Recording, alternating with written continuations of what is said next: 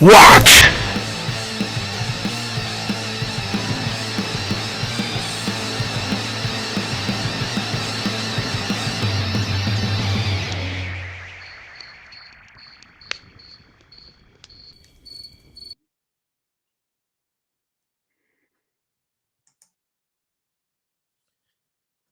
Hey, Hey, we're what is here. going on? Welcome, everybody. Happy Friday night.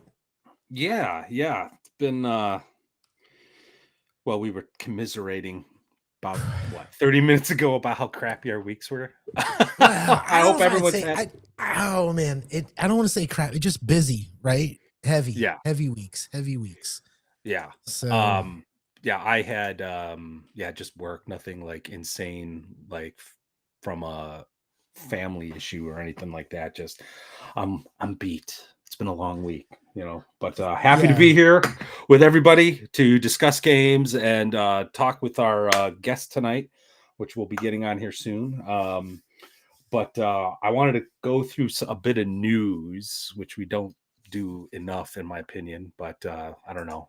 It's some of this gossip, I think, in this industry I don't know. sometimes You gets tell me what it yeah, is because I don't. I've been yeah, out of touch. I've been away from the yeah. computer. Well, I was just going to say, I think some people think gossip is news, and it's not. But the news I wanted to offer is we a couple weeks ago we had the Arduin guys, we had Griff, we had Matthew Tapp on to talk about their Kickstarter Portal to Adventure. It launched a few days ago. They met their goal within an hour, and they currently 2 days Congratulations. in are at 21,000 with 28 days to go. If you haven't backed that, I urge you to do it. You're going to get a lot with the sound effects. There's a lot you can get, and it's all, I think all the products are essentially like marked down in terms of like everything that you're getting. So I think it's a great deal and some great products. One other bit of news, and I don't know if this really applies to anybody here, but those of you who backed the Deck of Many Triggers that was hosted by Giant Slayer Games, that we've got them in. They're being boxed, and I think they're going to ship next week. They should be shipping next week. We had a slight delay, obviously, because of tariffs, and our printer in China printed 2 cards without like the wording on it, so we had to like have them redo them for us. So you're going to get those 2 cards with blanks, and then as the replacement cards on top of that. And I think Neckbeardia is he's got some extra stuff that he's got lying around, like from his projects and stuff that he might be like giving away for free. I don't know the details on that, but they're coming. A couple months late, but they're coming. So I don't know. Gary, did you get any gaming done? No, not one bit. However, so there's a friend of ours who has been wanting to run a game for a while, and I put out the call, and pretty much everyone I asked was like, it's a little too late, whatever. But then after DM Scotty came on, I talked to a few different people, and I might be getting an easy D6 game going in the next few weeks. I'm hoping. I just want to do like 2 or 3 sessions, right? Because I think I'm thinking I'm gonna mod the hell out of that for my next modern day campaign. So we'll see what happens. Yeah, that I know you talked a little bit about that on the Discord server and privately with me. I've never played the game, and you've been singing the praises of Easy D6 for a while. So like I'm totally into it. I think hey, Chubby, I didn't mean to ghost you, man. I really I'm glad you assumed that is what I was doing. And out of the 3 weeks I haven't been around, well, maybe 1 week, maybe 1 week. But honestly, Chubby, I'm gonna tell you, I'm feeling my age, man. My eyes have been closing, and I apologize. I do apologize. Sorry. I wish I could stay awake. Yeah, well, that's a bummer. I've heard a lot. He's running Gods of the Forbidden North, and his play reports I see on on X are interesting. I'm running Gods of the Forbidden North. I ran it last weekend. Had an amazing the Iron Price, my buddy's little mercenary group. They've been really lucky, but they've also been kind of playing smart as well. Well, they finally got their asses kicked after like I don't know 4 sessions where the only deaths were hirelings. They lost 2 PCs and 9 retainers. Oh shit.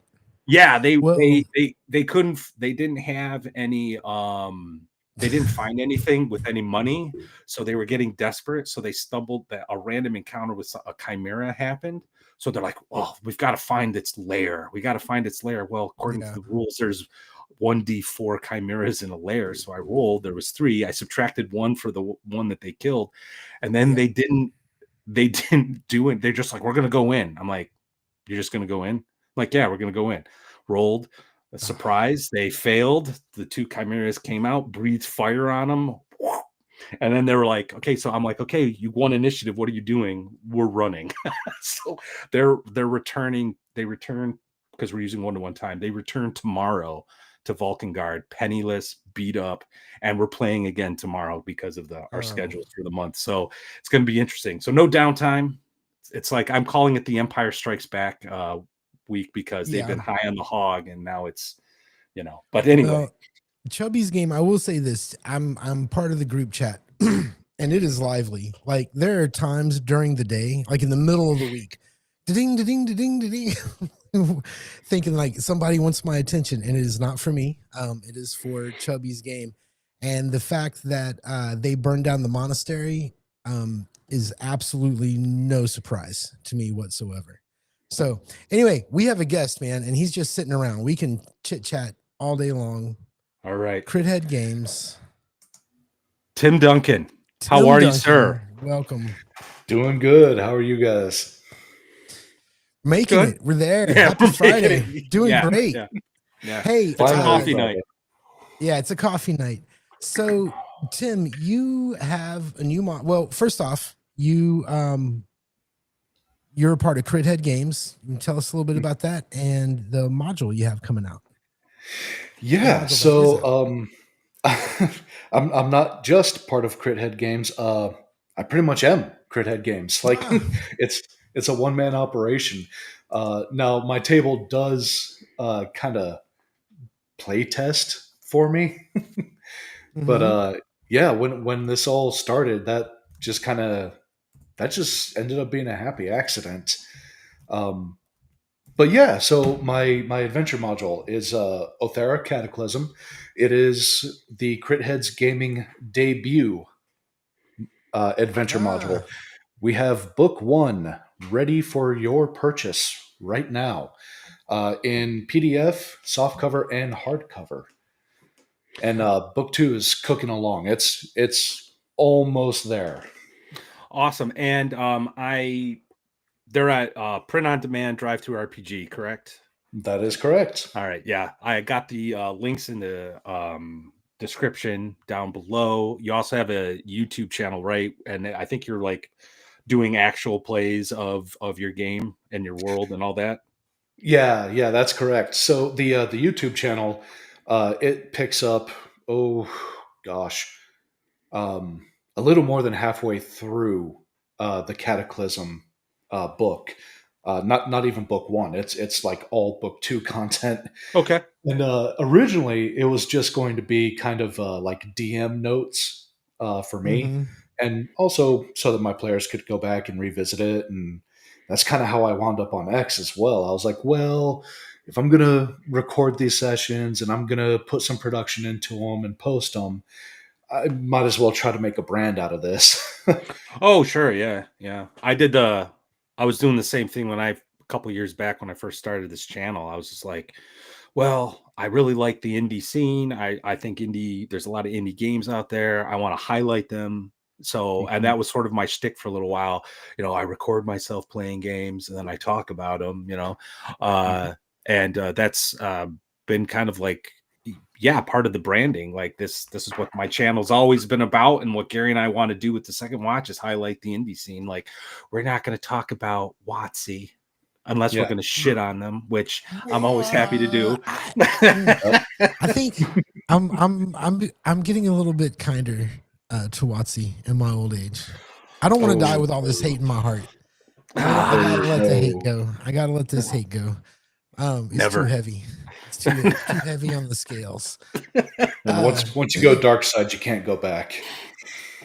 I'm not suffering. I'm not I'm suffering not- with my hate. I got all these wonderful games to play. I don't need Wizards of the Coast. Screw them. Oh, Anyway. I didn't say I was gonna buy anything. I'm not gonna like play it. You know what I mean? I'm just gonna let go of I'm gonna let go of that karmic, load there. All right. So tell us a little bit about it, because unlike this, most everything that comes out, which is, fantasy, sword and sorcery, you guys are tackling a different genre, one that I am not at all familiar with. So without spoiling the module, give us sort of an overview, and then I want to pick your brain. Yeah, absolutely. Well, first things first, as you alluded to, this is kind of a different genre than what most adventure modules are. Rather than being sword and sorcery, high fantasy, anything like that, we are actually going into steampunk. But I don't want to just leave my sword and sorcery friends out in the cold. So we're actually trying to combine the two. And I think from my playtests, we've actually found the secret sauce and got it working together pretty well. So Yeah. Oh, go ahead, Gary. Were you? Oh, Gonna say, no, oh, sorry, Matt. I was just gonna comment when I was reading through it, and I know you don't mind spoiling a little bit because you're trying to sell the product. I would feel bad. So, I was getting a lot of vibes from this. I don't know how long you've been gaming and whatnot, and what I'm about to say might date me, but I got a lot of like early Final Fantasy vibes from some of the stuff that's going on, like because you got airships, right? Yep. You got swords, people swinging swords, you got guns.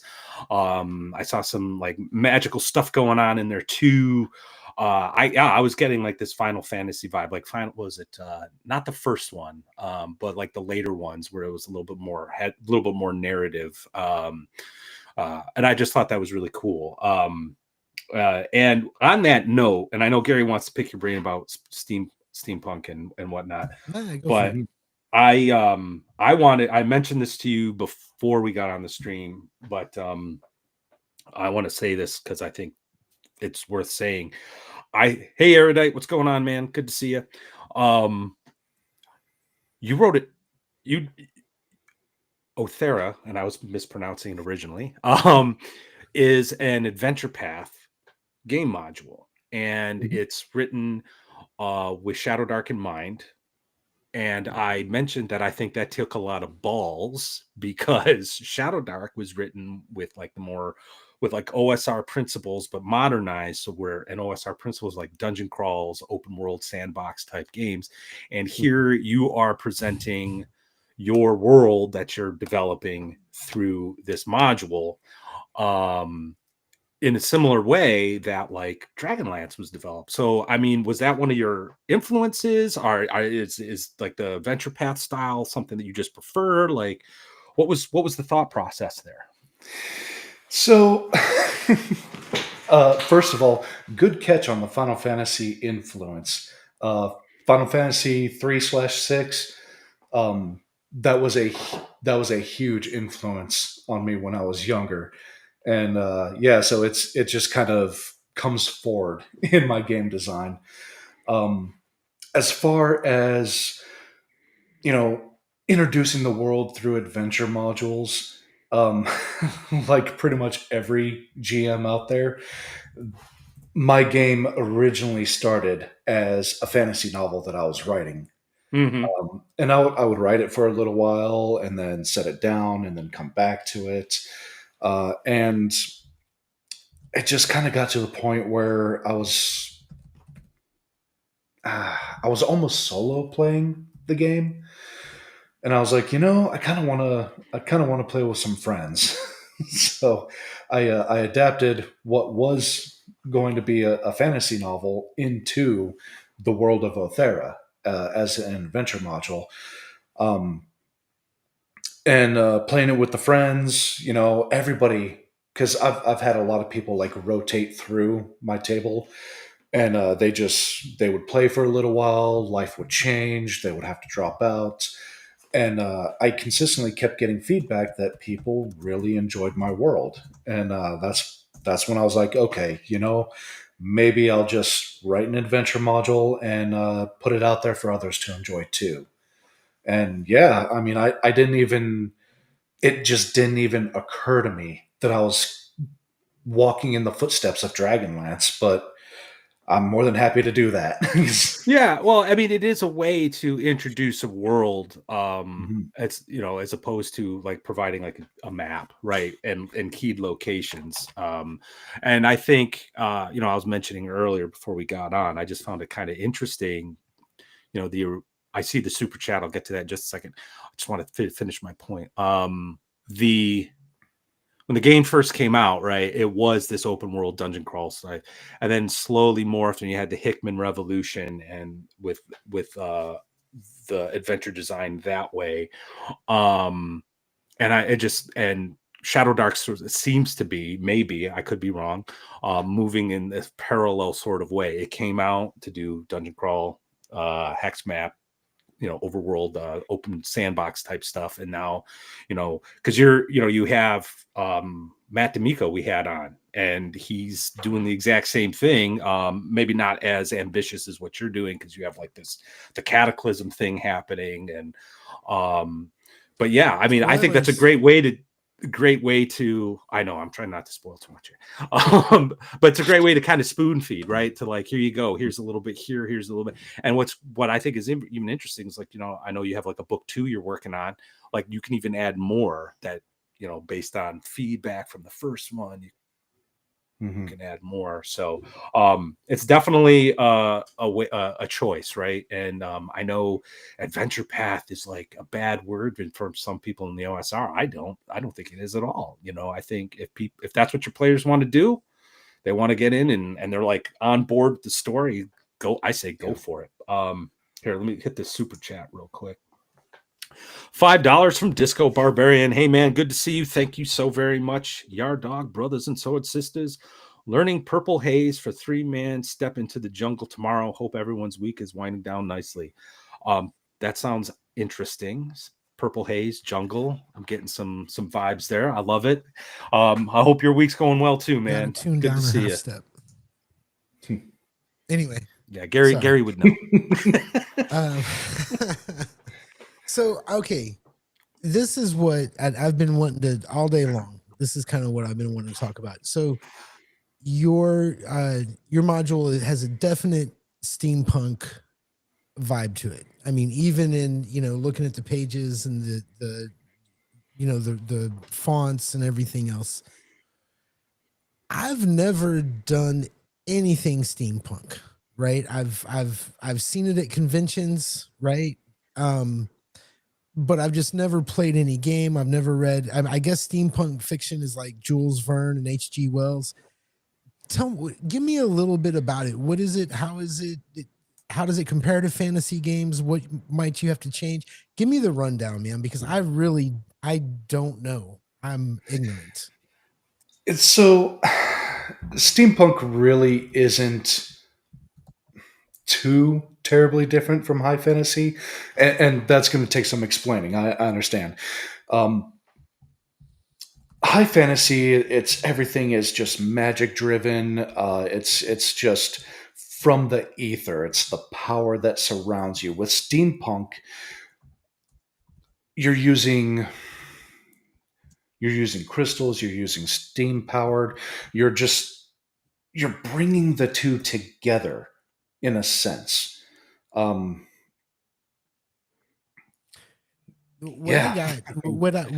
I really gathered is that it seemed to be, because I'm always trying to find a place to put things, right? Like I need some hard and fast borders.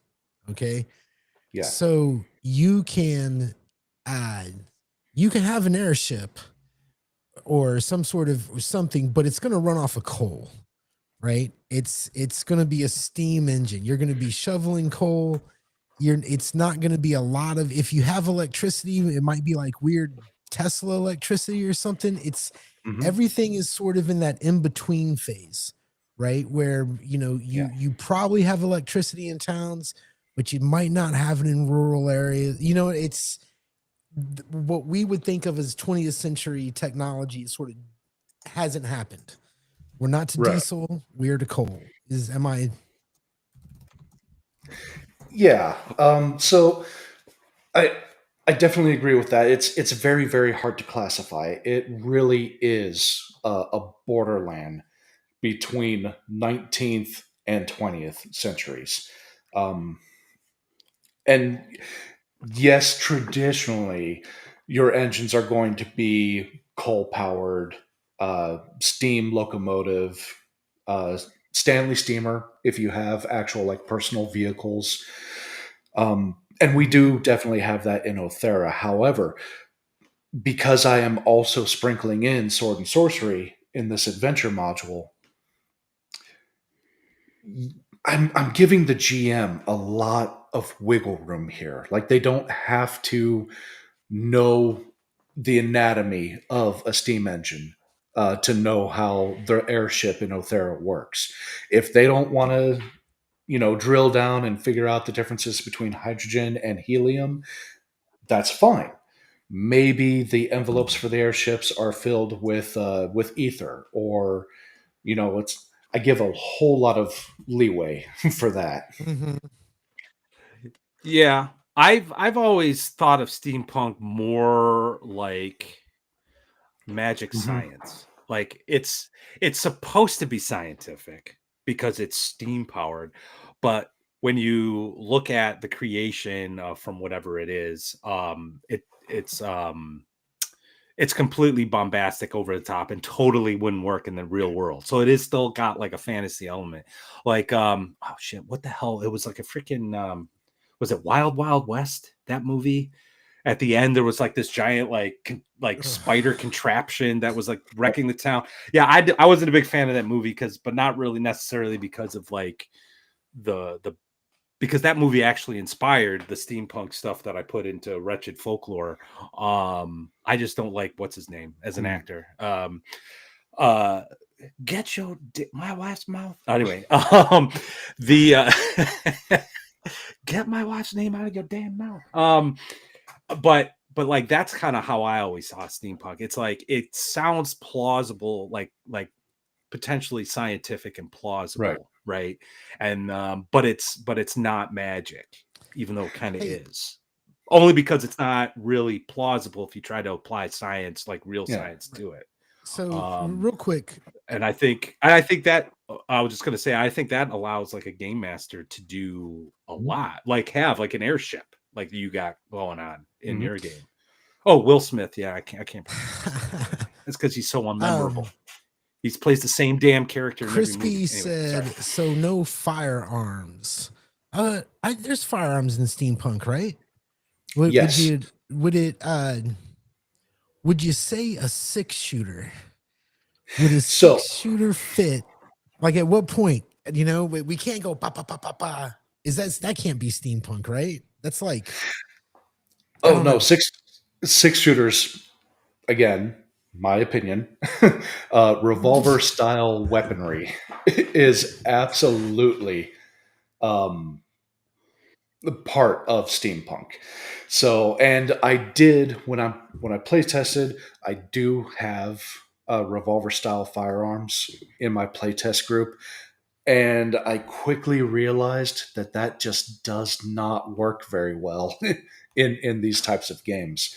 So I actually had to dial them back into essentially like muzzle loaders. You get one shot and you got to reload. Hmm. Sure. Yeah, I did see you had rules in there for Although firearms. Chubby makes a good point. Go ahead. Gatling guns. I think if you can turn them with a crank, if you got to turn them with a crank, that could be steampunk. I would agree Yeah, with you. absolutely. And for vehicle combat, your airships absolutely going to have Gatling guns. that's actually going to be in book 2. um, so, but as far as like man portable Gatling guns, Aeothera's not quite there yet. Gotcha. Yeah. Yeah. So, No. no. Go ahead. Go ahead. No, go ahead. You were the one you wanted to pick his brain, okay, because I can talk my opinion on sure. Steampunk. And I think I might dwell on this a little bit because I am curious about it. Give me a top 5 appendix in for Steampunk. If I wanted to, over the next week, read a couple books, watch a couple movies, maybe some TV, where would you send me? What's the list? Oh gosh. Top 5 I'm going to struggle with. Okay. Well, give me the ones you like. So as when we were talking before the show actually started, Sky Captain in the World of Tomorrow. That one, that's definitely a top.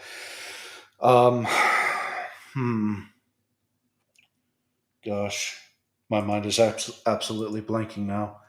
I said Lovecraft. I don't know that. Yeah, I just saw it. I think it could maybe, like, because it's sort of that era, right? But like that's more Eldritch. Nah, because it's not. It doesn't have the technology bent. See, that's the thing. The thing about Steampunk is it seems like it's defined by the technology, by the limits of technology, where technology is, being in that in between place. And Lovecraft is so. It's a little bit too late for the time period. I think it's a few decades off, in my opinion. So, but you could get that kind of mood. I don't know. I mean, I don't know. Yeah, I don't know. I sort of feel like Steampunk, like time period wise, it's like mid to late 1800s to early 1900s is fine. I mean, but I think it was at most. Was it at most? Someone mentioned the Victorian era. Oh no, that was Death Angel's Shadow. The Time Machine. Yeah, that's a good book. That's at most mentioning that. Yeah, I don't know. Like that's the thing. Like when I think of Steampunk, I don't worry too much about like the hard science of it all. I just think it's like magic science. If I could boil it down to like easy, just like something that sounds scientific, it could be scientific, but isn't. Jules Verne. Yeah, we were talking about that before the show started. H.G. Wells. Yep. I mean, if we're going to go broad, I mentioned before the show started, I think that League of Extraordinary Gentlemen would be like a superhero Steampunk because they're in Nemo's submarine. They take airships. Hey, Flint, me and you, man, simpatico, brother. Yep. So I think it fits the time period, and I think and all the characters are from the literature that is kind of inspires that period. So yeah, but it would be like superhero Steampunk, right? It'd be like the Marvel movie version of Steampunk. Although it'd be pretty grim. So here's the other thing. Most Steampunk stuff I see as it feels fairly positive, right? Like all the stuff that I've been exposed to, it doesn't seem to be real grim, like real like in the mud. Yeah. Is that it? Would I be correct in assuming that maybe it's a little bit more upbeat than your grim dark kind of thing? Yeah, no, I would agree with that assessment. And I don't know if you got the chance to read into the module much at all, but just a little bit today before the show, a little bit this morning, a little bit this afternoon. So I am trying to give the GMs the tools that they need to take this in a much, much darker direction. It's like I said before the show, I don't mind spoiling anything.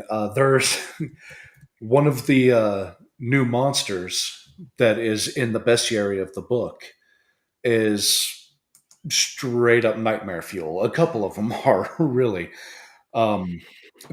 Starfall Stalker immediately comes to mind. And this little booger is yeah, if you want to get rid of that happy-go-lucky and you want to actually introduce a little bit of horror into your table, this guy'll do it. What is that? Oh, right on. Oh, that's We are the not. stalker. I can't quite make that Couldn't out. be You're a- gonna have yeah. to tell me about it. All right, so it's imagine a dog with like a humanoid demon's face. Oh, nice. Okay. It's a small monstrosity. It's got a ovipositor, so it's more interested in breeding than it is eating. And what it does is it attacks from the shadows. That you're going into Lamentations I was territory, gonna so say, I'm already loving this. Well, I need to make a drink. right? It's going to get worse. What this thing does is it's going to jump on you from the shadows, and it's going to try to implant up to 4 eggs in you. And your buddies can try to extract those eggs before they hatch. If they don't, you're done. Oh, instant death, and you got more. I like that. Good Yeah. body horror going on there. Well, let's just talk a little bit more generally about Aeothera. Like, I know you have like this magic and steampunk thing going on. Can you give like an overview of like the history of it, and without? Oh, I know you don't care about spoilers. Yeah. I do. I'm worried about spoilers, um, but yeah, tell us a little bit more Yeah, about your world. absolutely. So, in the front of the book, I go into a little bit of detail about what's gone on over the last 150 years, and essentially, we're at a point during the world history where the different cultures, the different species, are still mostly on their own separate continents. However, there has been a little bit of mixing. So, one of the continents, Aethel, it's in the northern reaches of the map, and orcs came down from the south and they settled one part of Aethel, and elves came in from the east. They settled another part, and the humans were coming up from the south. And the king of the humans basically wanted all of Aethel for himself. So he pushed the orcs out, declared war on the elves, and tried to push them out too. And this basically launched into a world war.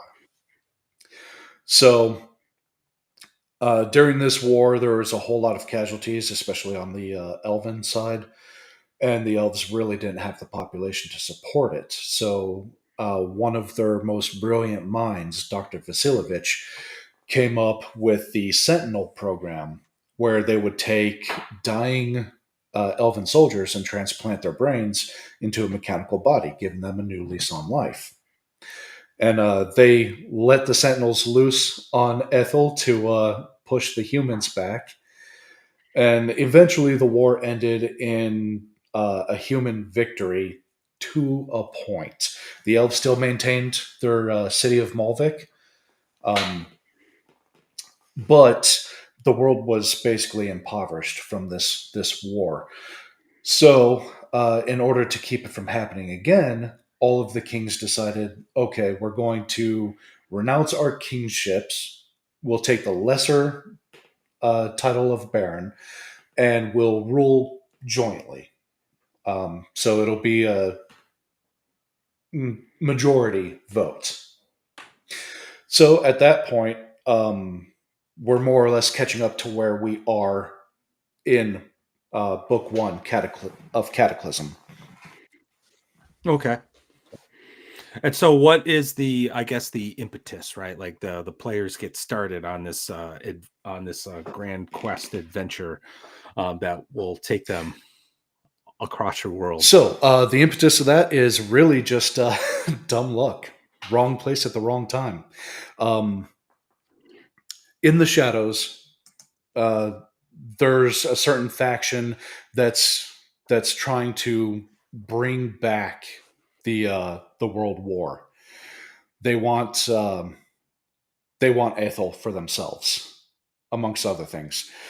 So um, the players start off for their own reasons boarding an airship to Meridian, and the daughter of the human baron just happens to be on this airship, and the airship gets attacked in the middle of the night. So that's kind of what starts the party down this adventure. And they just get wrapped up in this shadow war as it's about to come out into the light. So to answer Chubby's question, yeah, the players could actually restart this war. Yeah, that was the thing I kind of dug about this, is that there's a lot of high stakes involved, and it does sort of feel like that. Again, kind of going back to the original Dragonlance modules and the story. You had like this group of friends who just kind of like, after adventuring by themselves, they got back together and they got embroiled in what would eventually become the War of the Lance. So I thought that was kind of cool about Aeothera at that, from what I was reading. And again, I like how you're sort of feeding the players bits of information, and the game master as you introduce your world through their adventures from one point to the next. I think, as I recall, I saw a couple new character races. Well, as far as classic gaming goes, yes. Again, Sentinels. So the Sentinels, for those that are more familiar with D&D, you could think of them as the Warforged. The difference being is they're not a purely magical construct. They are driven by an organic brain. So they do still need sleep, air, they can't just hold their breath indefinite. Those things. Sure. Then there's also the Dragonkin, which are again kind of our version of Dragonborn. The big difference on that one is, regardless of the Dragonkin's coloring, they don't have a varying breath attack, so they all breathe fire. Right on. When it comes to dragons, I personally, maybe I'm a traditionalist, if you want to call me that, but they're a fire-breathing lizard. That's just me. Oh, so you're not a fan of like blue dragons shooting out lightning bolts and green dragons spewing out chlorine gas. You're like, they're all fire. Oh, that's cool. No, man, that's interesting. That's interesting. I don't think I've ever met someone, because like I just sort of assumed, right? Like, because I started gaming in the 80s, and that's what the chromatic dragons, and they had their different little thing, and that's kind of like how I've always thought of them. Well, that's interesting. So dragons in your world all breathe fire. Very cool. Speaking of that, though, kind of, when did you start gaming? Just to get to know you. Yeah, absolutely. Like, how long you been gaming? Oh gosh. So I've been gaming. Well, my brother introduced me to Dungeons and Dragons. It was about 3.5, I think it was. So that was back in like the late 90s. Then, life took us our separate directions, and I kind of went more into video games, MMO RPGs specifically, like World of Warcraft. I've sunk many years into that game. And then when World of Warcraft decided to go Kung Fu Panda, I was no longer interested. Yeah. And so gaming just kind of fell away to the side until the wife and I moved to a small town and had nothing else to do. And this was probably about 2 years ago now, I think. And I was like, I'm going to try to convince her to try Dungeons and Dragons. I haven't played that in years. So I picked up a 5e starter box and tried to get her into it. She wasn't really, into it because it was just me and her. So she thought it might be fun with friends. And, I'm going through and I'm learning 5e and I'm just like, man, this is not what I remember. I remember it being so much deadlier than this. Yeah, but figured, okay, I'll gather up some friends and try to get her to play with more than just me and see how it goes. So what was so Aeothera though is written with Shadow Dark in mind. Like, what was I know Shadow Dark's the new hotness. It's been the new hotness for a while.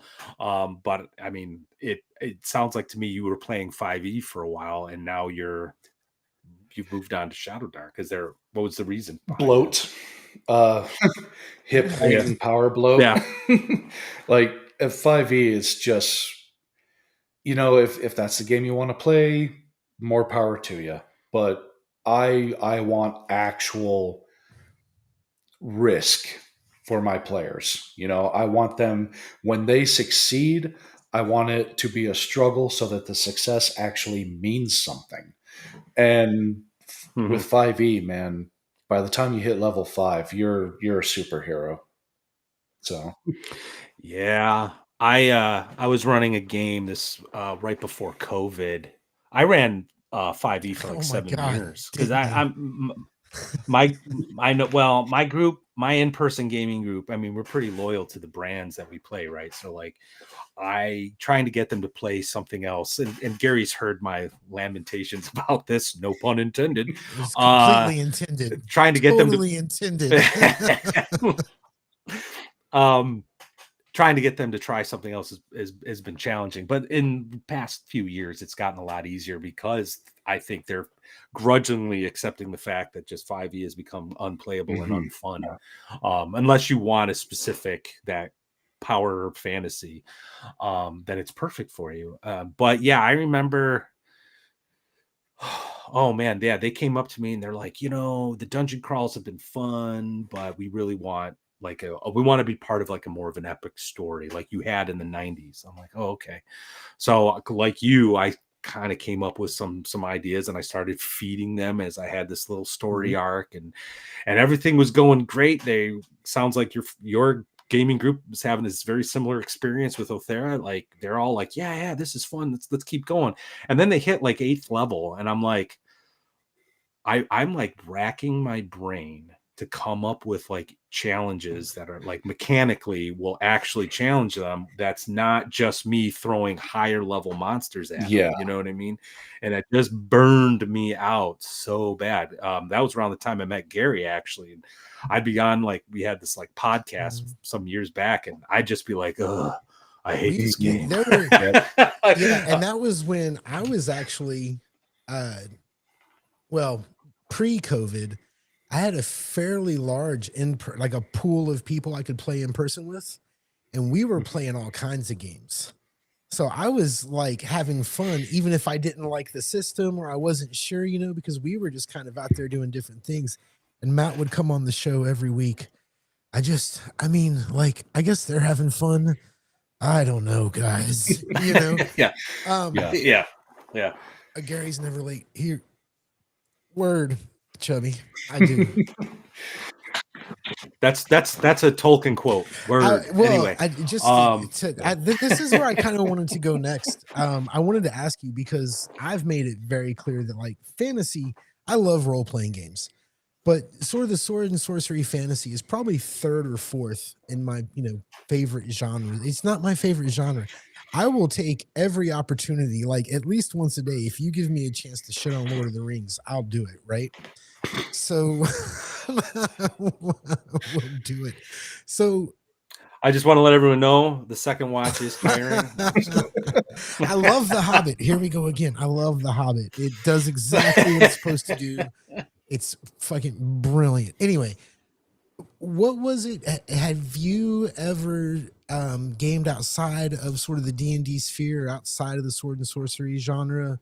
And if you Yep. have, what are those other games? What are those other genres? What did you bring with you? What is it that you really liked about getting out of the fantasy genre? Yeah. So the one that really sticks in my mind is probably the Aliens RPG from Free League.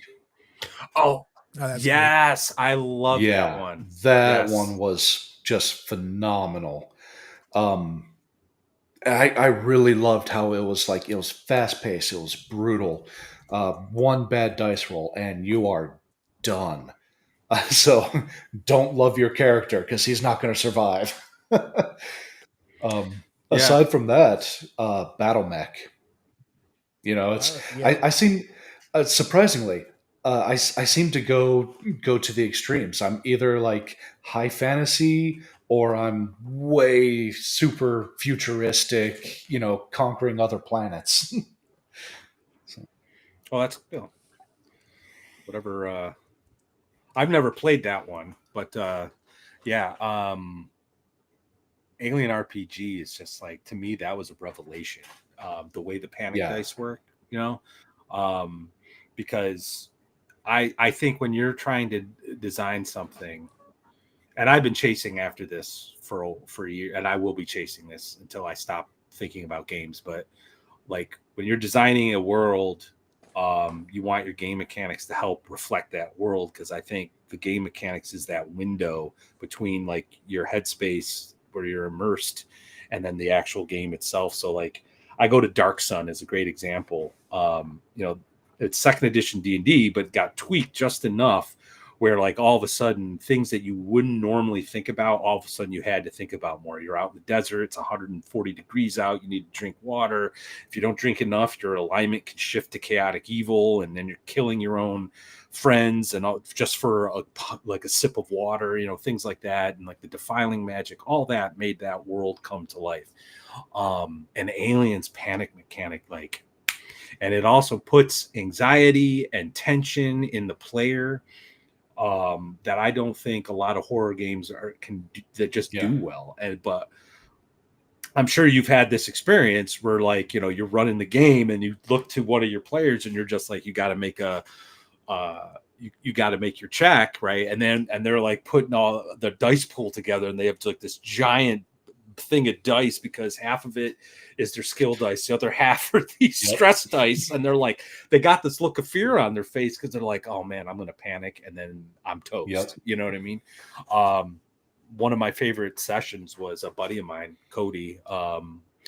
He was Hicks from the movies. Awesome. He just is like game over. He was panicking every roll. It was hilarious. They ended up abandoning him on a ship that was crippled. They got into an escape pod and he's like floating off into space somewhere. But anyway, we got another super chat.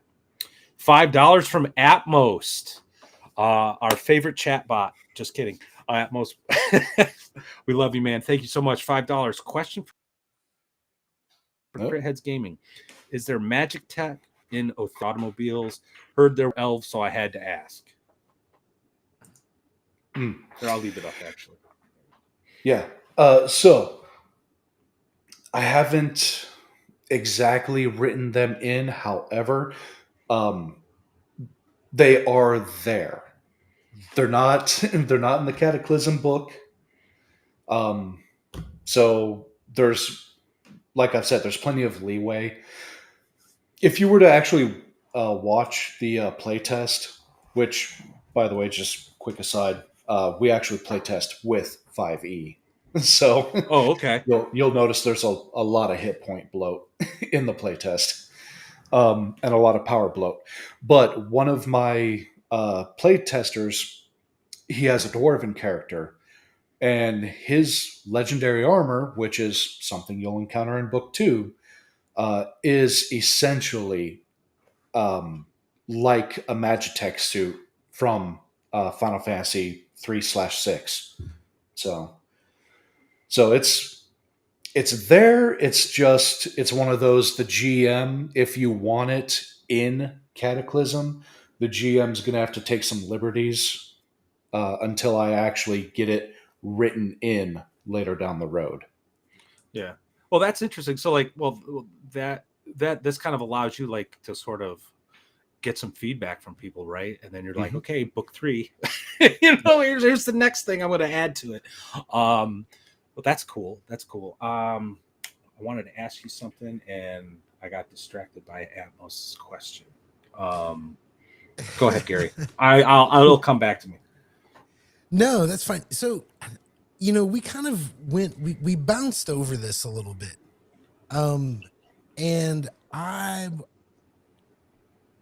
kind of want to drill into it a little bit. This is an adventure path.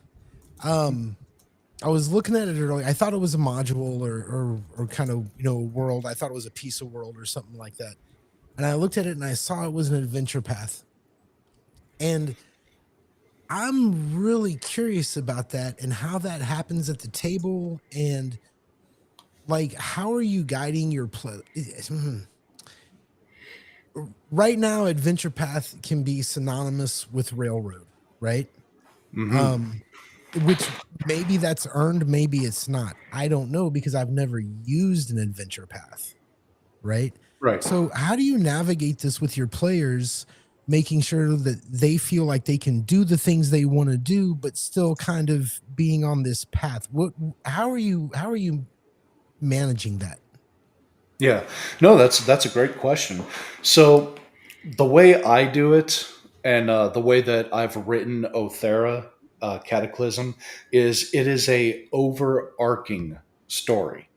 So whatever your players decide to do, that's what you do.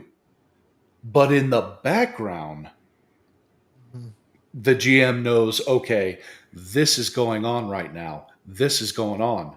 So the GM, what I do is I will guide my players towards what kind of needs to be done. So, for example, let's just say that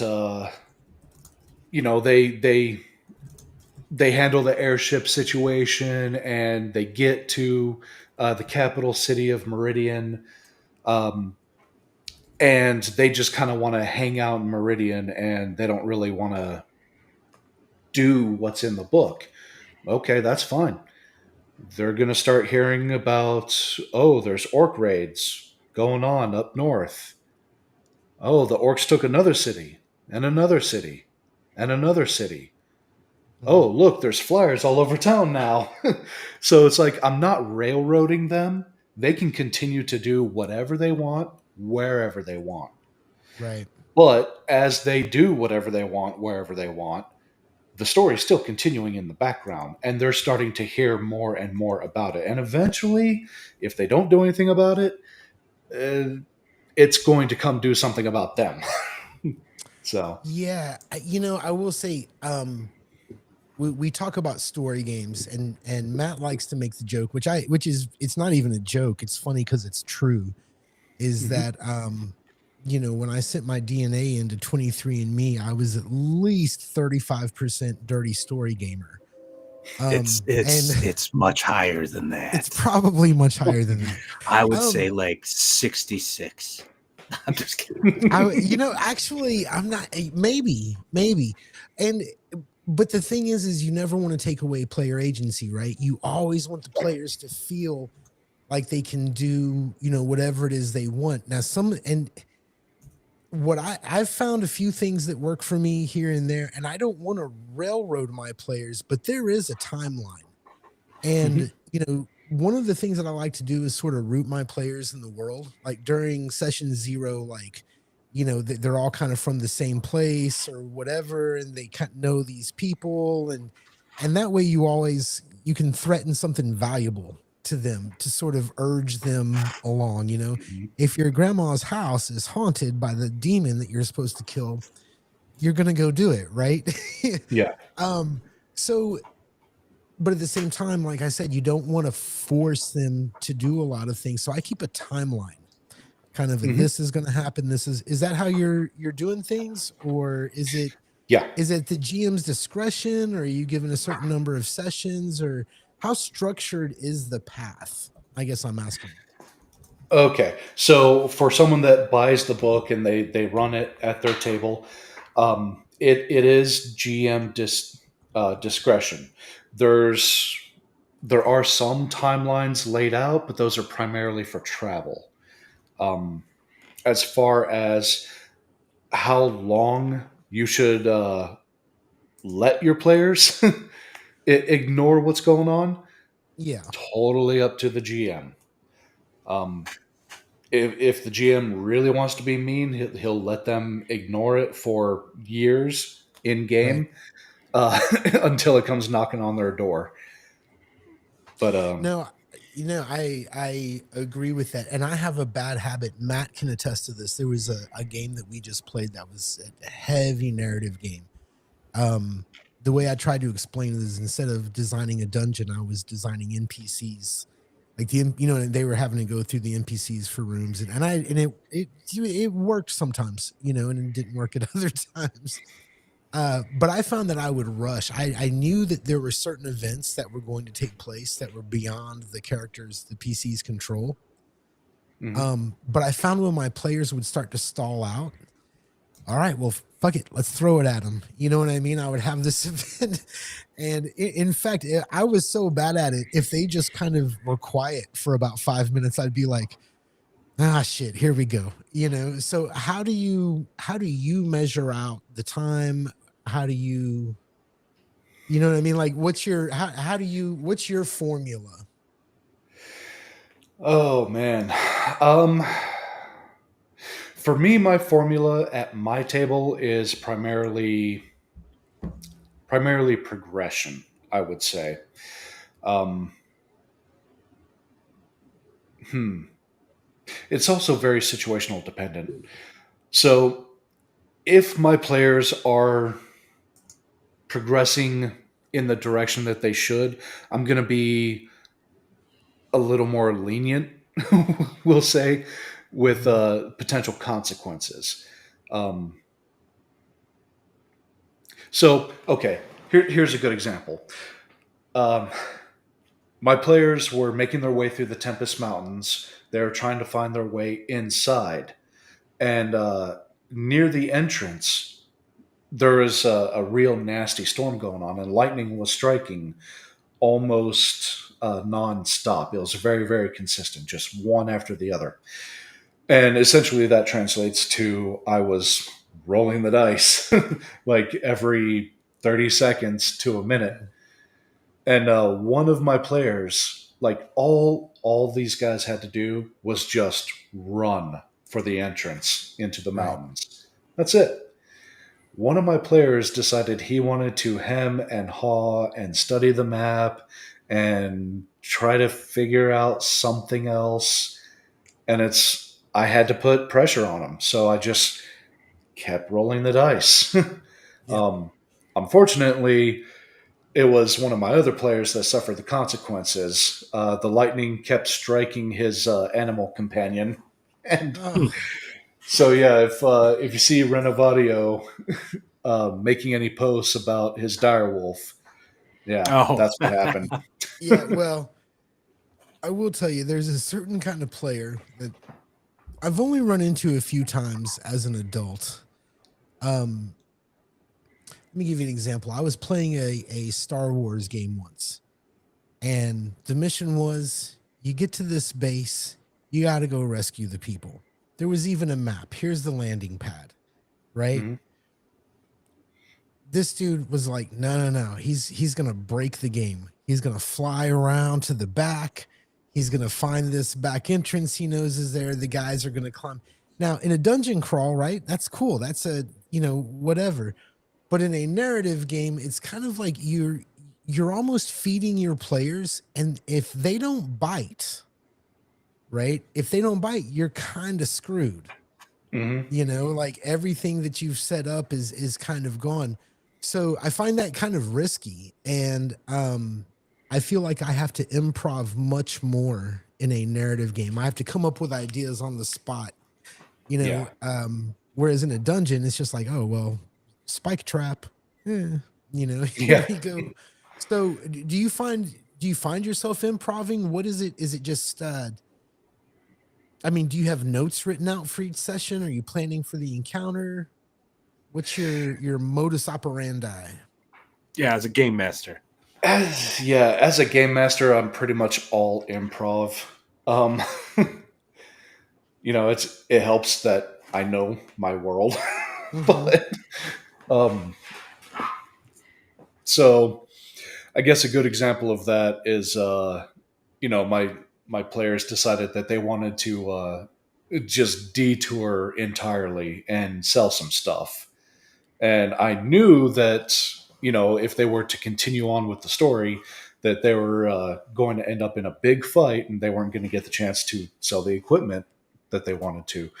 So I improved them to the nearest city and just made the whole thing up right there on the fly. So Right. there really wasn't too many notes at all. Right. Yeah, I find that once I make a note, I don't need the note anymore. Um, Mhm. like I kind of, and characters, the NPCs, especially if you're doing a narrative game where the NPCs are sort of, like I said, they are the key to discovering what it is and the mystery or whatever you have. It it's once you know their essence and their motive, if they're the ones who did it or didn't do it, as the case may be, it can kind of. But I do find myself practicing. I don't know if you do this. I'll be in my kitchen washing dishes if I'm playing a narrative game, and I will practice conversations that I think might happen. Right, like I'm Yeah. scrubbing a pan and I'm taking a voice. I do that. So, do I you? walk around I walk around the house when I'm thinking about certain encounters that I'm anticipating. Not necessarily like in a narrative game either, just like if there's like a keyed encounter on a map or something that I know is kind of important for background reasons or whatever, I'll like pace around the house like I do in the middle of my workday because I work from home. And if I'm like working on like a brief or something, I'll get up and I'm like, oh, and I'll talk to myself as I'm like thinking about the Yeah. argument I got to put in the brief. I do the same thing when I'm prepping a session. Sometimes I'll get up and my wife's like, "What are you doing?" And I'm like, "Well, the wizard's got like a necromancy spell." So she's like, "You're crazy," but Yeah. Oh yeah. um, Dude, my little one, the other night, it was 2 o'clock in the morning. I'm pacing the floor and I'm kind of talking to myself. Like every once in a while, some words are coming out, but the wheels are turning. And my 7-year-old looks over the rail and he's like, "It's 2 o'clock. It's 2 o'clock." Oh man. So I hear that. Um, how much time when with these games and these worlds that we create as dungeon masters, I spend a lot of time in my worlds, right? Mhm. Like I have a set of 5 cities for this modern setting. I spend a lot of time in them thinking about things. When you're writing this out, like it's pretty easy, right? Like it's not like you're just kind of because you've played it, correct? Does it make the workload easier? Sometimes, but usually not. um, uh, there's times that it makes it easier because it's like, okay, well, this is the direction I want to go with it, but this is the direction that the players took it, and it kind of inspires you, and it just snowballs from there. um, yeah, I don't know that I. That's kind of why I kind of went to improving everything. Honestly, I'm a huge believer in no prep because at the end of the day, once the players get into your world and start interacting with things, almost everything that you prepped is going out the window anyway. yeah, Absolutely. when Gary and I first met, he used to get on my ass for how much I prep. And I think at the time he didn't really understand exactly um, what I meant by prep. Like I'm not like trying to like choreograph or telegraph every little thing that's going to happen in the session. It's really more like I would have 7 pages of like background material that I Yeah. think is important to have in my head. And I'm kinesthetic. So if I type it out, write it out, I'm going to remember it. If you talk to me, it's going to go in one ear out the other. I got to be typing it out. So So that's kind of like what I would do, and I just spend all this time. And so then when the players are off doing something that I wasn't anticipating, I have like these 7 pages like in my head of like all this background material for my world, and just boom, out it comes. So that's cool. I didn't, yeah, that's really cool. So it sounds like to me too, you made a comment just a few minutes ago about you know, what the players have done, and then it snowball. So like I take it like as your world is sort of developing through play, like it sounds like you're taking in like not necessarily player ideas, but like their actions in the world are sort of informing you on like what's coming next. Is that fair to say? Absolutely, yes. And honestly, that's kind of how I'm trying to design this world. Um, I absolutely want everything that happens at your table to be the history of Aeothera. It's what's happening at my table. It's what's happening with the books, and I want everybody to have that experience. So like I've put posts on Twitter trying to, well, X, trying to advertise saying, you know, this is basically where the history of Aeothera starts. Come write it. Well, that's cool. Yeah, yeah. Um, how like I know you have players that, and I saw one today actually commented about some stuff that happened in your game. How they've been like reacting to everything that they've been experiencing thus far, like especially in terms of like how they've been helping shape the world. So far, it's been real good reactions. They've, you know, I'm hesitant to speak for anybody, but they seem to be really loving it. Yeah. Well, So have you gotten any what kind of feedback of you know, like has someone come up to you and said, "Hey, I thought this was really cool. What if, you know, like sort of like Atmos talking earlier about the mech things, right? Like, what if we had this in the game? Like, are you having interactions like that with your players, or has it just been more like, hey, man, this is fun. We can't wait for next week? we've been having a few conversations, but for the most part, I'm paying attention to what they're looking for, what their playstyle is, and what they enjoy, and I'm just kind of trying to build off of that and incorporate that into the game as much as I can. So, Yeah, I think that's what everybody's doing, right? You know, you mhm. just went, oh, this made him smile. You know, let's go more with that. What have you know? I just got done running a really boring, very procedural BX game, and I'm curious when you're at your table because it is so you're having what I've read in all our conversation. It's so narrative. How do you run combat at your table? Are you using miniatures? Is it theater of the mind? Are you guys really like into the feats and all that kind of stuff? Because you said you're using 5e. What's a combat like at your table?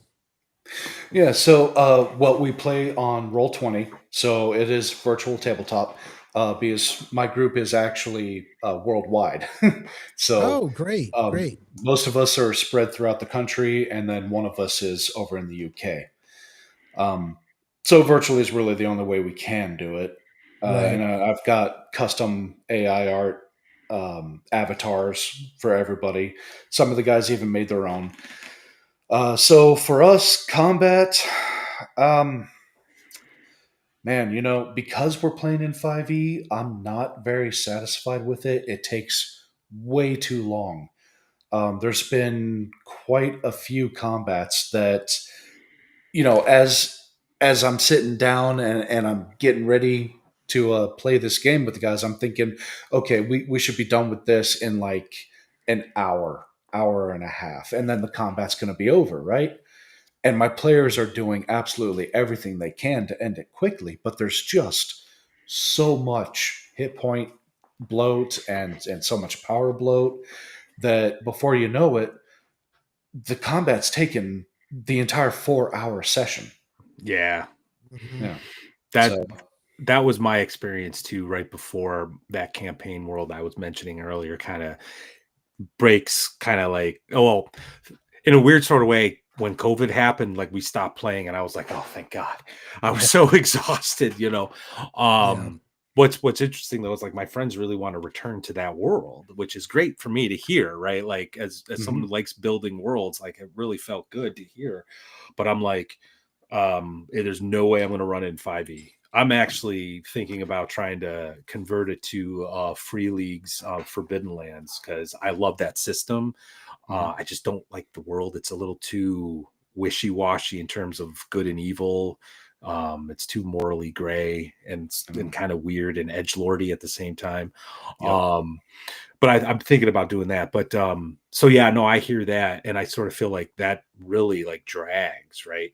So were you using like a virtual tabletop then, like Roll20 or something? Yeah. We're using Roll20 exactly.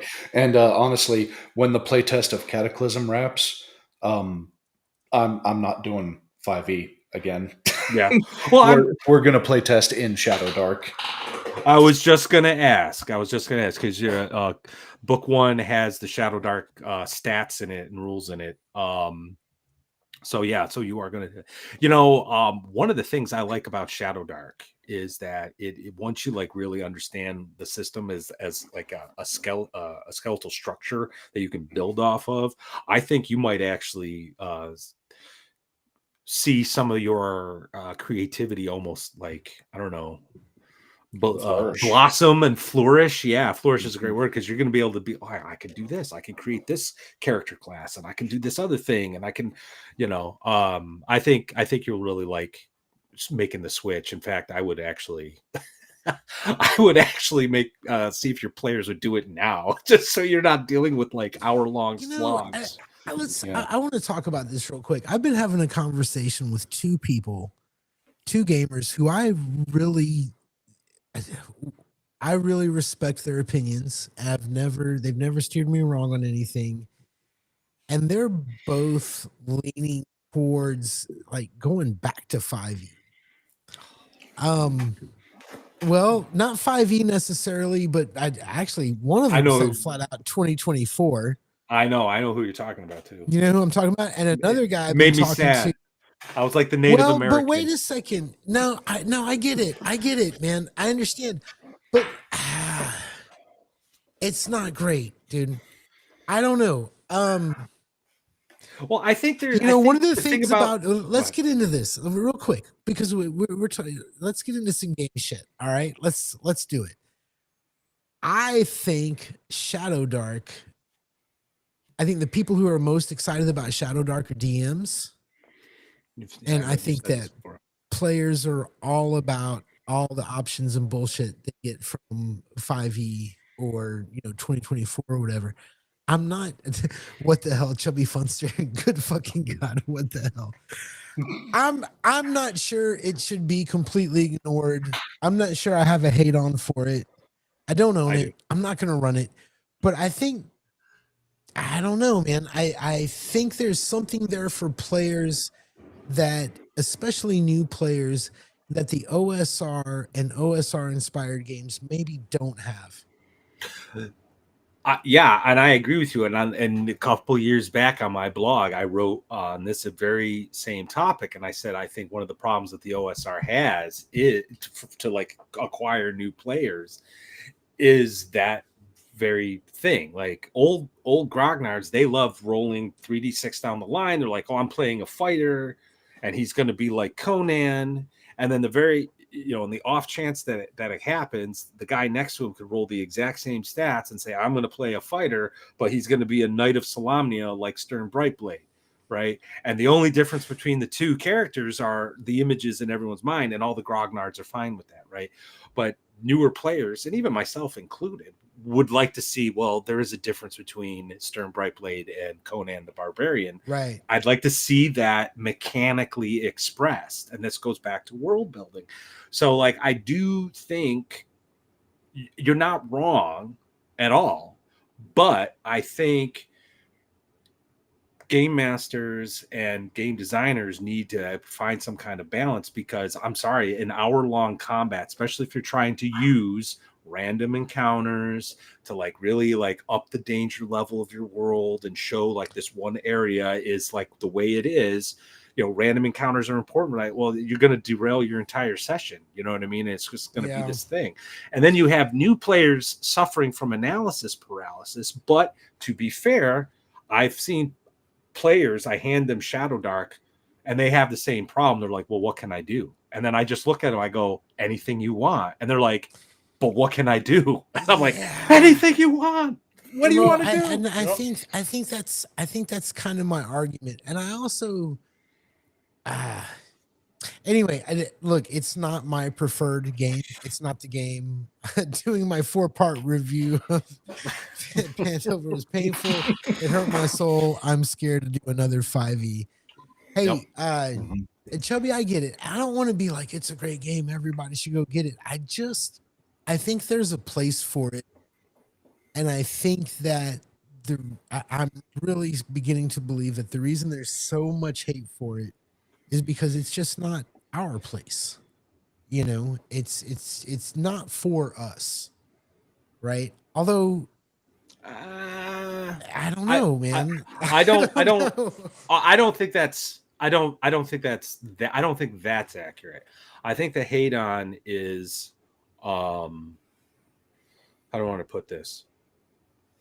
There are, in my opinion, some clear design flaws, especially with the bloat, like Tim, that you were talking about, that should be addressed and no one's addressing. And 2024 doesn't. Okay. Right. And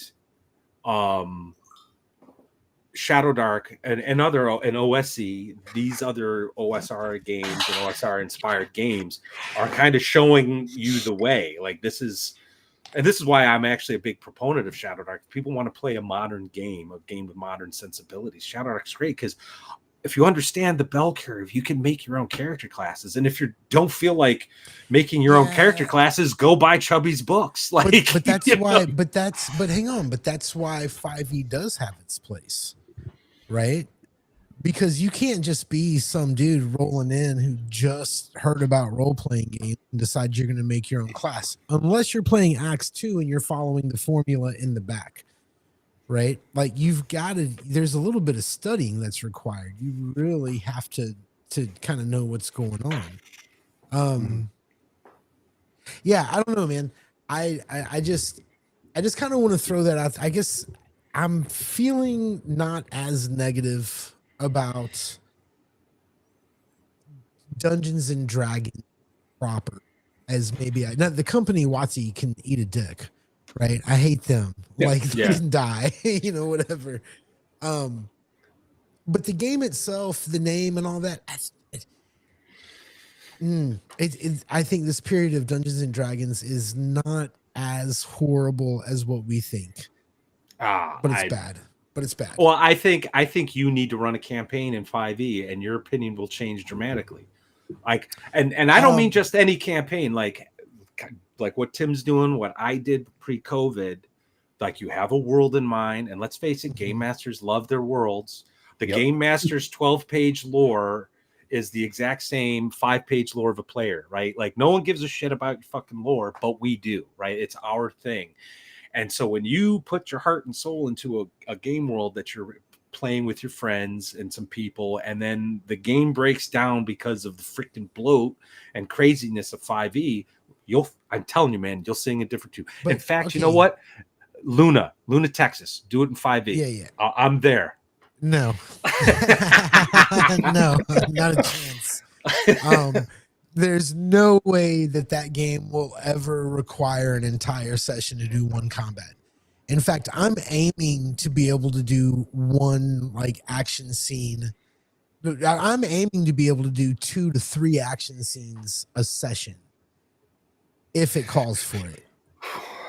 You're not doing that. That's why I'm about to mod Easy D6, bro. I'm about to mod the shit out of Easy D6. I'm telling you. Yeah. You're going to have to. Yeah. Oh, yeah, absolutely. But you know what? There are some systems I think that kind of lend themselves. I have many. This includes Shadow Dark, although I have not done this with Shadow Dark.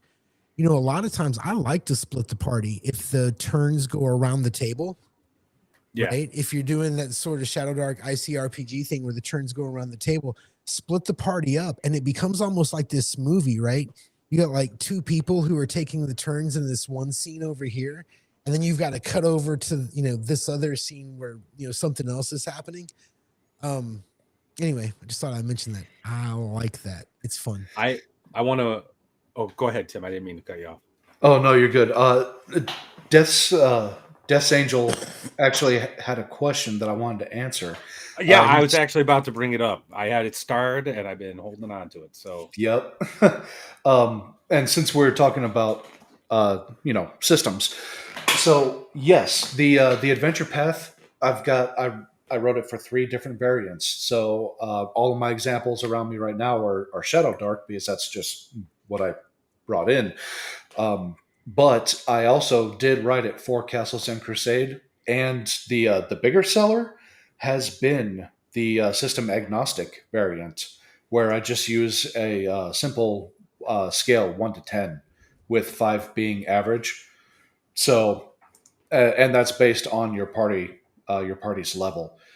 So, a monster with a let's say a health of 5, and your party 4-person party level 3. That monster, its health score of 5, that's going to be average for that level 3 party. So it can be adapted to any system, to include the Year Zero engine from Free League. cool. Very cool. All right. We got another super chat from Atmos. $5. Thank you, sir. 5e plays like a bloated mechanical board game more than an RPG, and the crappy module releases for Dragonlance and Spelljammer make it show hard. I agree. I actually I will say, like, the first, like, the 3 main books from 2014 and Xanathar's Guide, I think are okay. Like, I would play that, but I would not allow any other books, because at the end of the day, like, it was almost like playing BattleTech. You pull out your battle mat, or if you're on VTT, right, you put the doodads on the board, the avatars, and then you're just like, okay, what are you doing? Well, I'm gonna, and they talk like they're doing BattleTech. Like, oh, instead of like a missile volley, they're like, well, I'm going to use my Sentinel feat with this fire built spell, and I'm going to be able to do this. And it's going to make all these damages. And then, and it's just like, to me, that's not, you're not getting immersed in that theater of the mind sort of experience, because you're now looking at it from a pure war game perspective. And I know D&D had its origins in a war game, but guess what? The game kind of evolved. So yeah, I'm not a big fan of virtual tabletops either. Like, when I play online, it's all theater of the mind, and I feel like combat moves a lot faster, and I get to, you know, embellish, right, what's happening, and it makes things more exciting. But yeah, no, at most 100% correct, buddy.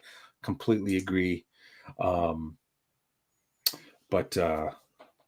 anything from Tasha's on Death Angel Shadow, yeah, Tasha's, I refer to Tasha's as Tasha's Hideous Woke Cauldron. But yeah, Lightning Lure was pretty useful though.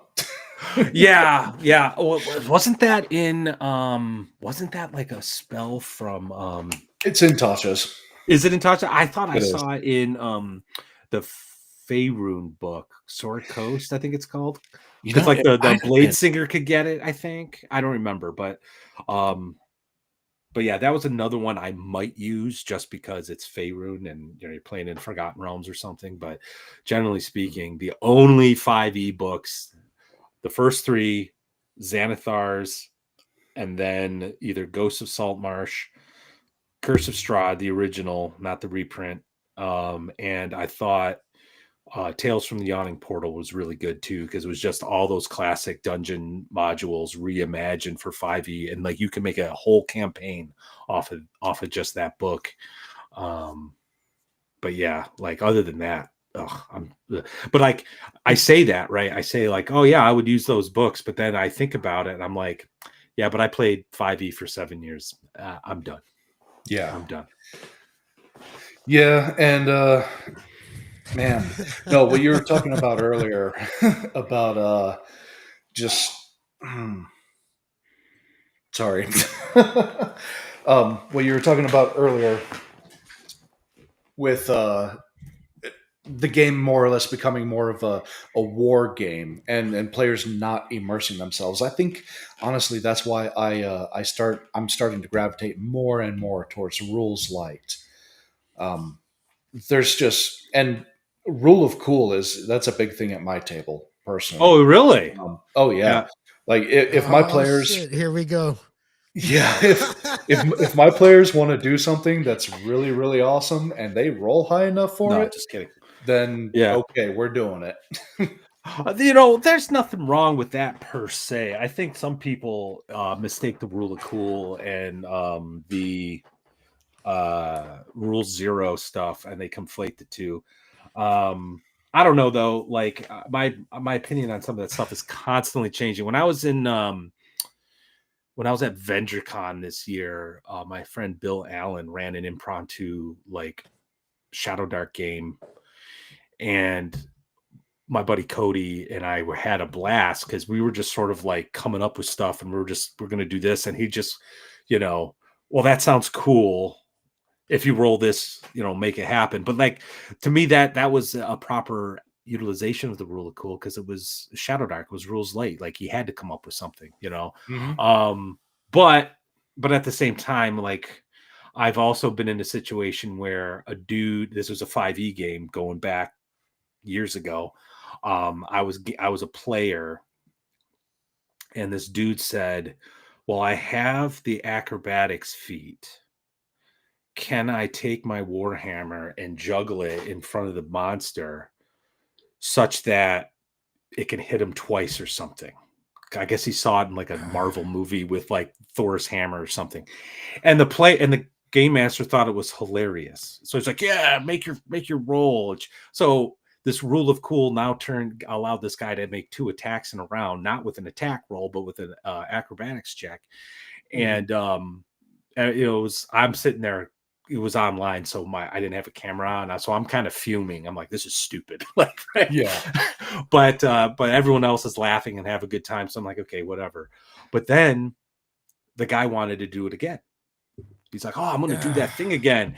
And at this point, the game master's like, look, man, I'll let you do it that one time because it was funny. And I'm like, well, bro, thinking to myself, bro, you're the game master. You just made a ruling. Like, that's like stare decisis. Like, that's the rule. Yo. Yeah. Yep. Like, you can't just not do it. So, like, I don't know. That's why I'm like, I hear rule of cool, and I'm like, it's like the ring of power, right? It's the one ring. You got to be careful with it, Yeah, you really do.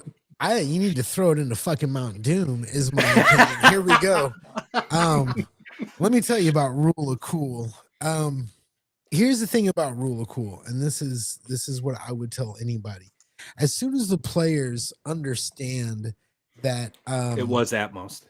Yeah, as soon as players understand that rule of cool is a factor, and that if you just come up with this cool idea or whatever, all of a sudden the game aspect takes a back seat to trying to win the game master's approval. Yes. Right? Can I make the game master laugh? Can I impress the game master with my idea?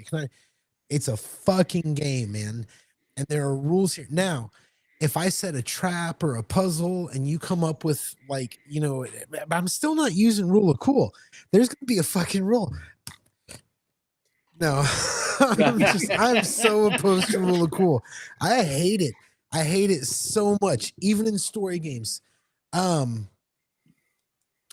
think here's the thing. When you look at rules light games, they leave a lot of room for the game master to interpret and to build upon the game and everything else.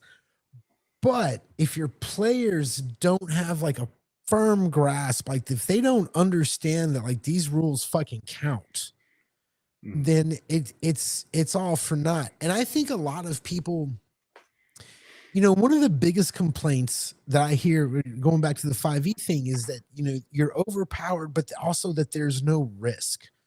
Right. That there's, you die, you have however many fucking saves. You know what I mean? There needs to be risk. Now, I'm kind of finding myself, I'm sort of peeling off from this OSR thing where I feel like as a dungeon master, I need a heavy body count to prove that I'm playing fair. That being the case, I'm not going to play that rule set because that rule set is designed to fuck some characters up, right? That's what it's there for. If I want to play a story game, and this is what I'm working on now, I'm going to go to that rules light like you're talking about, right? I'm going to move into like easy D6 and I guess Shadow Dark because it is rules lightish. Anyway, I just got to tell you, I encourage you greatly to convert before the Inquisition finds you. Give up the rule of cool so that you don't experience the flames of hell. Anyway, that's all. Fair enough. And you know what? Maybe. Oh man, maybe I want I my should players to fear me. Yeah. You know, here's the thing. If I wasn't playing 5e, I probably would be a little more hesitant on Rule of Cool. But as is, I really don't mind. Because like I said, the combat's going to take 4 hours anyway. That's true. Might as well have fun. And it is already kind of a superhero game. Yeah. And honestly, that's 5e rules point. is written to, if you're 5e or 2024, it says a couple times, if you don't like it, don't do it that way. Yeah. So your rules is written, you're in the clear, bro. You are legally, I'm gonna let you walk. But yeah, when we switch over to Shadow Dark, I probably will lean a little more towards rules as written. Well, that's the beauty. That's the beauty of a system like that, though. Like rules as written, it's just bare bones. So, like, and this is the kind of thing I like about like the OSR games in general, is that it allows for players to like do kind of come up with something like that stupid idea of like juggling your damn hammer, right? Now, I wouldn't have said sure, use it to make an attack roll. But maybe like work with the player like a negotiation, like, well, what is it that you want to try to do with this? It's like an intimidation kind of thing, and then maybe come up with like, but again, you got to be careful because once you make that ruling, it's precedent, it's part of your game. So but yeah, anyway, and they're never gonna forget. They're never gonna forget that. Oh no, yeah, they won't, and they'll use it every chance they get because players are the worst. They're scheming little bastards, dude. They're schemers. They're schemers. You know, those scheming little bastards. They're like, I'm not metagaming, and they got a little calculator because you're playing online. They're metagaming, dude. They are metagaming. All right. And whether you believe or not that you're playing like a competitive game, they're fucking competing with you. All right. It is your job to punish them. That is your fucking job, because unless you punish them severely, they won't achieve the things. And I'm not talking about getting them down to 2 hit points. All right. I think I said this in our first podcast. Give them a dog, right? Give them a puppy. Oh, I remember. And let them raise that puppy, right? And then right at the most inopportune moment, kill that fucking dog. You know what I'm saying? Your players need to suffer a lot, and then at the end they can rise up. In fact, I suggest at the beginning of every campaign you have, regardless of what game you're playing, just to put this in the player's head, make them roll up 2 or 3 characters. Right? Even if you know your game's not going to be that lethal, make them roll up a few. Yeah. But I did that with my current. I did that with my current game with Gods of the North. I had them roll up 2 characters. The hilarious thing is like a couple of the guys, they're like more like power gamer 5e types, right? And they're complaining because they have very average stats. But the funny thing is their alternate character is even worse. So like they don't, and it worked out for me because if their alternate character was better, they would have like done something stupid so their character dies so they can play the better character. But now this actually happened last session. My buddy, my one friend was just like, who hates his cleric for some reason. I think his cleric is awesome. He's a drunk gambler. Like that's what he does during downtime. And he like preaches Odin. but like he's like, oh man, I really want my character to die, and then he kind of looks over at his folder and he goes, but I don't want my character to die because then he's gonna have to wear this guy with even worse stats. So, but anyway, yeah, I don't know. Like I'm with Gary. Like I think rule of cool is a very dangerous thing, but I think it's an offshoot of like the um from like the OSR sort of like interpretation, and then it's just people just taking it and run with it in really bad ways, and it's just and then if you're playing a game that's very procedural and very rules heavy like 5e, you risk breaking it, like the stupid freaking hammer thing. Well, that I'll never forget. That was like one of the worst rulings I've ever seen. But well, anyway. and I can see it here. Let me tell you the real thing about rule of cool. I think the GM should feel free to do whatever he wants with the world, right? Like the world and the NPCs, those are yours. And I don't mean rule of cool as in like fudge dice rules or anything like that, but you can literally make anything happen, you know? Man, I want my players to be a little worried, even in my story games, you know. And one of the things, so as we're sitting here talking, and I'm thinking about, you know, steampunk and you know what kind of, you know, obviously in the back of my brain, what would I run in like a steampunk thing? Like I see people like jumping from airship to airship and swinging off of like sails, and fuck, dude. Every once in a while, somebody's got to miss a jump. Like that would make me giddy. I would, oh shit, you know, one roll, go for it. But I am curious. Does your story, one of the big things right now, I know we're getting kind of towards the end. One of the big things in, I guess, gaming right now is timekeeping, right? It's one-to-one time. It's what happens in between the play sessions. And up until about 5 years ago, I feel like everybody just kind of everything just kind of stopped when the game stopped, and then they came back to, you know, that moment. Is that the kind of game that you're running there? Are the players having downtime, or is it a very narrative like, all right, we're going to pick up here next week? Yeah, no, when we end a session, it's like we pick up right where that session left off. Mm-hmm. I'm very fascinated by the concept of one-to-one time. I love the fact that you have to end the session in a safe place, or your character's probably dead. But I don't know. I don't know that I can commit to that. I don't know that it would work for steampunk. Well, no, I don't. I think it could work with steampunk. I just don't think it'll work with like an adventure path situation, because like you do have like this narrative that you're working with, even if the players aren't engaging with it, right? Like you said, like maybe they're off kind of like doing something else. You still have to have that narrative thing going on, and if you're using one-to-one time, that well, I mean, maybe it could work, but I'm just saying like that whatever that narrative thing is going to advance a lot quicker than the players are going to be able to realize. And then maybe, but that could also work in your favor if you want them to like engage, right? But I would like to see what I think you should do. Oh, well, you know, I'm not going to tell you what to do, but what I would love to do is take something. I am going to tell you. We're going to fuck your game all up. Yeah. You should have left an hour one, brother. Yeah. No, I am going to tell you. I would love to take your world and turn it into a sandbox. That's what I'd like, and just kind of explore it. That's what I would love to do, especially if you like start developing other things that go along with like this Final Fantasy-esque steampunk magic thing. I think that would be a lot of fun. I really do think that would be fun. I think that is the direction that I want to go in. So I'm using Cataclysm, this big adventure path, to introduce the world.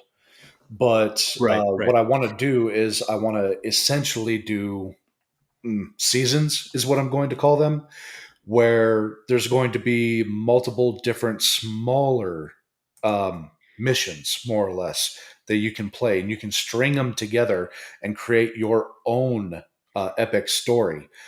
And then when there's a major leap forward in technology, or something devastating happens that changes the world, that's when I'll do another large adventure module to reintroduce you. Oh, that's So, cool. Yeah. I think they did that with Dragonlance too, going back to that as an analogy. So you had like the War of the Lance modules, right? But then they came out with the book, right, with the maps, and then you can do whatever the hell you want with it. But yeah, I think, and and I wanted to mention this too. I know you're trying to do like some. I don't want to use the phrase system agnostic, but like something that's open that you can use it in various systems. Um, I don't know anybody who's writing using Shadow Dark principle game mechanics and doing like what you're doing, like the cyberpunk, excuse me, steampunk, magic, Final Fantasy. I think that's actually what I'm going to it's more like a Final Fantasy thing. I think there's an opportunity here for you, honestly. So, yeah, for sure. And I think, Matt, you and I spend a lot of time in the OSR sphere, and there's these very hard and fast rules, for that sphere. And I think a lot of times it's easy for us to forget what it's like to sit around a table with your actual friends, right? Like we seek out gamers, right? And we play with gamers. But when you're sitting around with your actual friends and all of you guys have like, you know, uh in jokes and a history to, even if it's online. I mean, Matt, me and you have been playing online and having the podcast and doing everything so long that I could see a game where you say, I'm going to do this thing. And I would be like, ha ha ha. And I've had just enough drinks to do it. You know what I mean? Because I can see it happening. I hope not. Nah, it would never happen. I would never do it. I'm wrong. I don't know. But there is a difference. There is a difference between a game with your friends where you guys, a group of friends kind of speaks their own language, right? yeah. Well, and when you've been around people for a while. Well, that's one of the things. Well, that's one of the things I've tried to say on many occasions, and I've gotten pushback on this. I think a lot of the talking heads on YouTube, Rumble, X, whatever, are speaking to a particular audience, and that audience is guys like us who are like really tapped in. We're game masters ourselves, and so we have like these expectations. But I think the reality of the game is offline.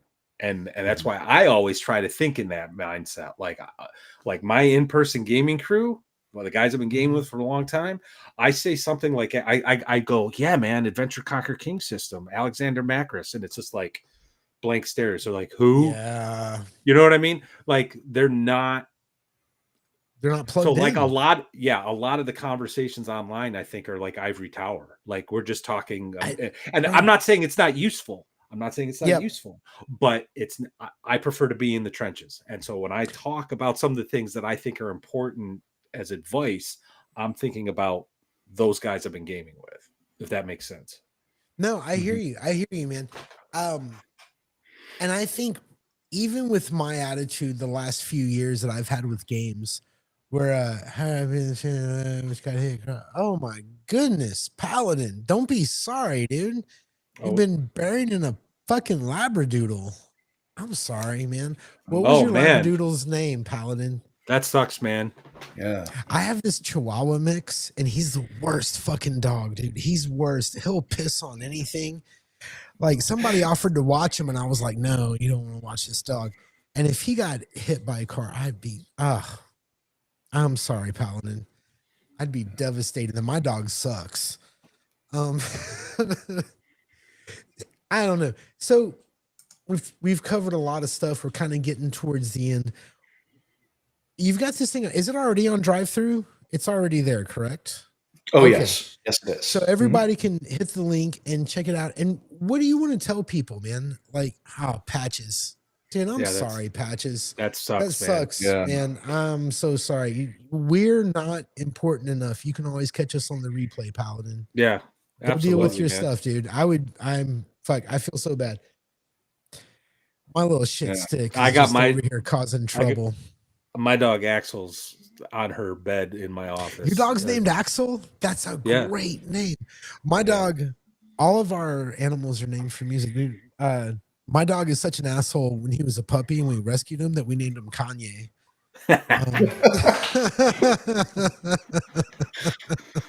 Well, yeah. well, Axel got her name because she was originally picked up from a Mennonite by my sister-in-law, who thought Axel was a boy.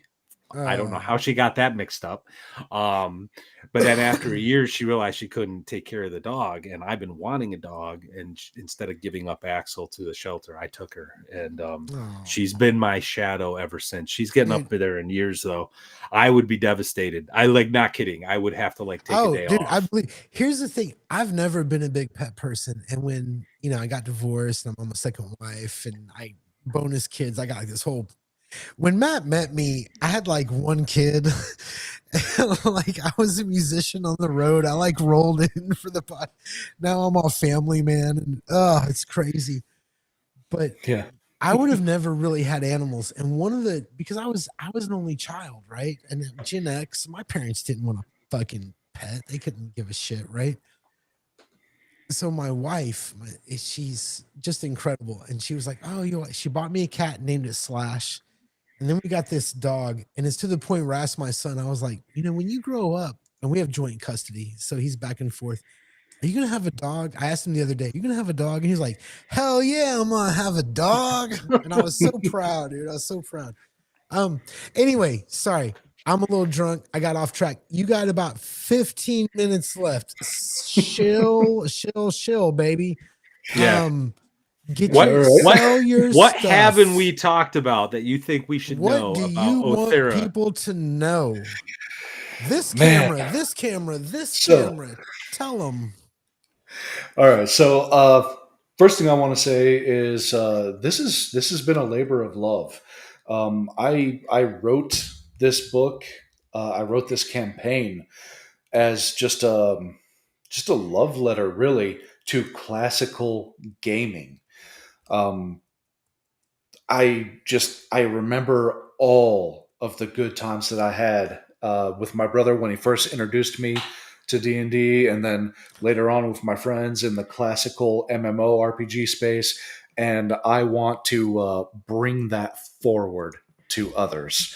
So with Aeothera Cataclysm, Book 1, you're going to get, it's right there on the back, probably can't read it, but you're getting 42 maps, you're getting 23 key NPCs, you're getting all kinds of new monsters in a full bestiary. The only thing you need to play this game that isn't in this book is whatever rule set you want. Again, I wrote it for Shadowdark. I have a variation for Castles and Crusades, and I have a system agnostic, which will work with any TTRPG system that you want to use. Awesome. That's great, man. I tell you what, I'm really glad that, in your first outing, your first product, you chose something that was a little bit off from Sword and Sorcery. I think that shows. Yeah.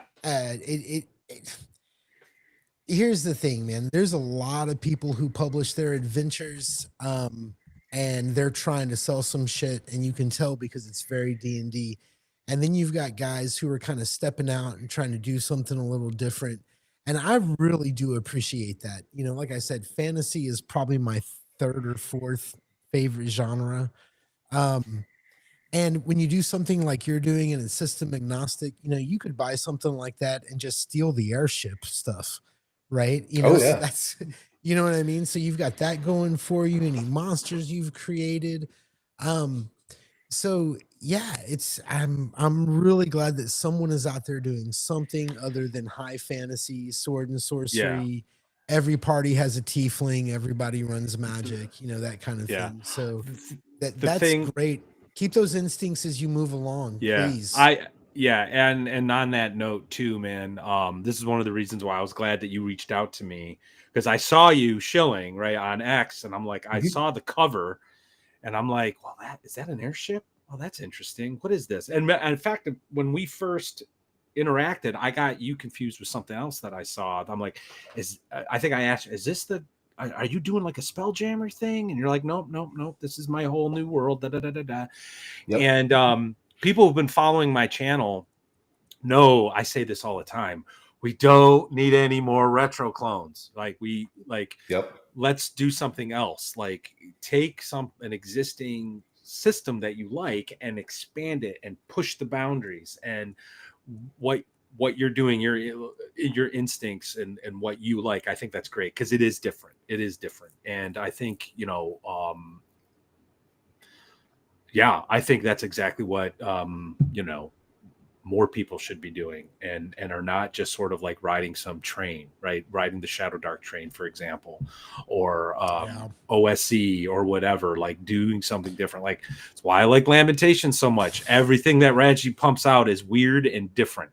It might not be for everyone's taste, but the Red Room, different, and so I think that's great. I hope you keep it up, man. Looking forward to see book 2 and what else you do with it. Yes, sir. Thank you. Awesome. And keep us posted. It's funny. We've had a lot of creators on who have done a couple things. We've had a few creators on who have done a lot of things. So keep working, compare your work to the other things that are coming out around it. You know what I mean? Yeah. Judge your work by theirs. I know it's such a weird thing to tell people, but do it. Up your game, keep moving. I think you're on a good path. I think you have the right mindset. Yeah. So thanks. And thanks for being here. And I know it's a little early, but I'm going to pee my pants if I can't get up out of my seat. All right. I'll send us off, Gary. Okay. Bro, you got to send us off. Hey, Tim, thanks for being here. Yeah. Thanks for having me. Appreciate it, guys. No worries, thank you. Man. Come on, man. Well, I have a few more things to say. Okay. All right. Yeah. I do think the steampunk magic Final Fantasy thing that you're doing, like, I don't see anybody doing it. I don't see anybody doing it. I think there's a real opportunity here for like a Shadow Dark thing. And like I said, it takes freaking balls to write something that's kind of OSR, but it's an adventure path. When everyone in the OSR does not like them. So I think that's great. And I totally respect that 100%. So yeah, thanks again for reaching out, thinking of us, thinking of this channel, and let us know. Keep us posted. We'll have you on again. Yeah, sounds great. With that, everyone, I guess our watch is ended. Next week, I will be at Arnicon, and I'll be streaming from Arnicon. I don't know if it'll be the usual setup or running from my stupid little tablet, so the video quality won't be great, but let's face it, guys, I'm not a tech dude. I have janky, stupid AI intros. This is all punk rock as far as I'm concerned. So it's being held together with duct tape.